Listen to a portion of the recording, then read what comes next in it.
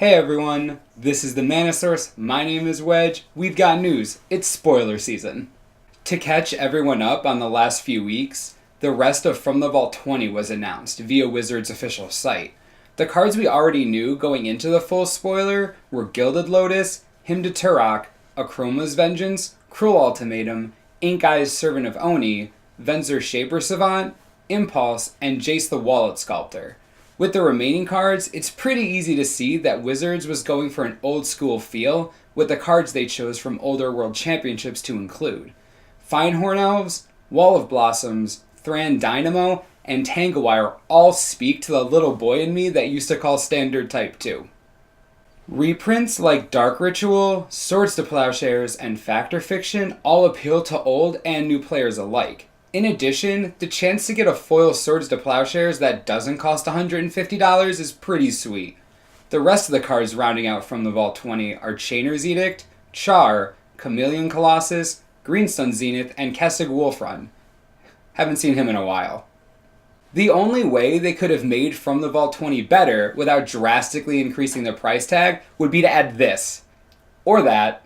Or this. Also that. Definitely that though. In Theros news, we have the first 6 confirmed cards thanks to the dual deck Heroes vs. Monsters being spoiled.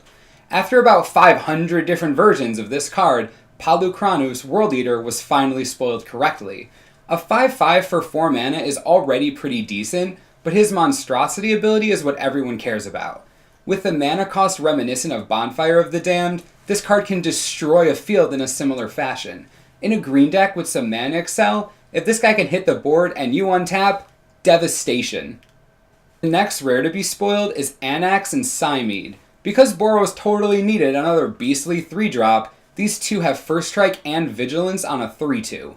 The heroic ability brings new advantages to combat tricks, and more importantly, aura enchantments. Since Theros is going to be an enchantment set, we can expect to see some pretty disgusting auras. Giving all your creatures +1/+1 and trample just because you put an aura on something? Dirty. The next spoiler is Destructive Revelry. At first glance, I thought it was just a Hall Breach reprint, but alas, this one burns you to the face. In a meta where green-red is growing in popularity, this card is positioned well enough to earn at least a couple sideboard spots in some of these aggressive decks. The second spoiled uncommon is Ordeal of Perforos. This card just seems bonkers to me. You build up a creature, then again, then lightning bolt to the face. This is some serious card advantage. Put this on Anax and Cymede and just laugh your way to board advantage. There were 2 commons spoiled as well, Cavalry Pegasus and Satyr Hedonist. I'd like to focus on the Pegasus first because this ability is hysterical. Even in a draft setting, take all of the Boros humans, draft some Pegasus, then watch them fly to victory. This is a pretty strong ability considering we can expect to see a fair amount of humans in Theros. Satyr Hedonist is a red-dark ritual on a creature. This could make for some interesting combats if he chump blocks, then sacks for mana to cast a combat trick. This can also be a good form of excel, especially in decks that want to get a 5 or 6 mana fatty out on turn 3. While these are the only new cards from Theros in Heroes vs. Monsters, the dual deck is also packing some sick reprints. On the monster side, we have Beast Within, Fires of Yavimaya, Regrowth, and Troll Ascetic, just to name a few.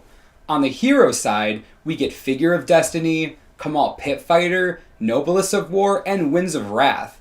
This is looking like one of the cooler dual decks in a while. I'd definitely consider picking it up. The last bit of news is the announcement of the 2013 Holiday Gift Box. For $20, you get 4 Theros booster packs, a storage box that holds more than 2,000 cards, 20 Theros basic land, 6 illustrated plastic dividers, a sticker sheet for said dividers, and an alternative art version of Karametra's Acolyte, a card we know nothing about yet. For the average Magic collector, this could be a good gift idea that they may not buy themselves. Looks like that's it for Magic news this week. Since we are entering spoiler season, subscribe below for the most up-to-date information on Theros. This is the Mana Source. I'm Wedge, thanks for watching and we'll see you next time.